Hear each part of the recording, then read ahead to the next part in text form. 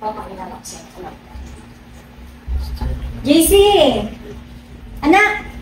Maistorbo muna kita, may papakilala ko sa'yo. Ito nga pala si Tom. Huwag ka muna dyan, Tom.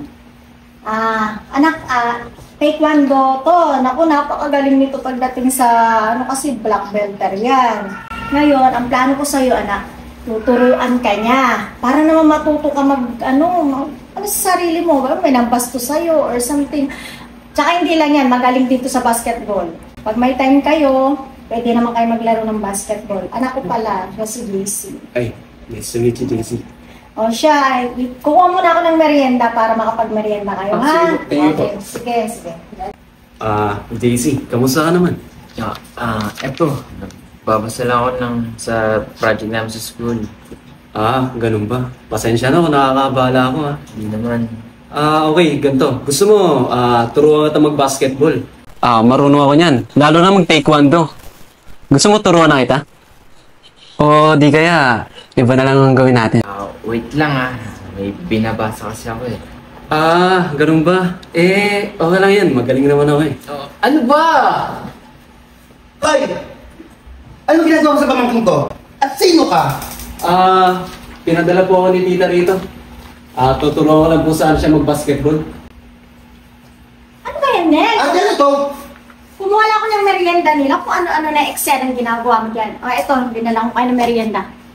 Siya ang magtuturo kay JC para sa taekwondo. At take note, hindi lang yan magti-taekwondo. Magbabasketball na rin yan. Galingan mo, ha? Ate, ano ka ba? Ayan si JC, oh! Ayan ka na naman. Tanggapin mo na kung ano si JC! Ate, hindi mo ba naaalala nung ako'y bata pa? Di ba ano ginagawa sa akin ni nanay at tatay? Pinagbibilad ako ng palay, pinagbubuhat ako ng palay. Ate! Pero bandang huli natanggap nila ako. Kayo! Tinanggap niyo ako. Bakit ang anak mo ngayon hindi yung matanggap?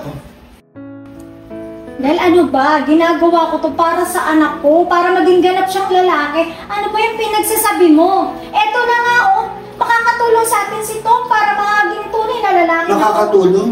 Pero hindi mo ba naisip? Kahit ganyan si JC, malay mo pagdating ng araw, siya yung makatulong sa'yo.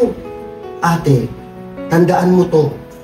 Kahit anong klaseng tao at pagkatao ni JC meron siya, kailangan tanggapin mo siya.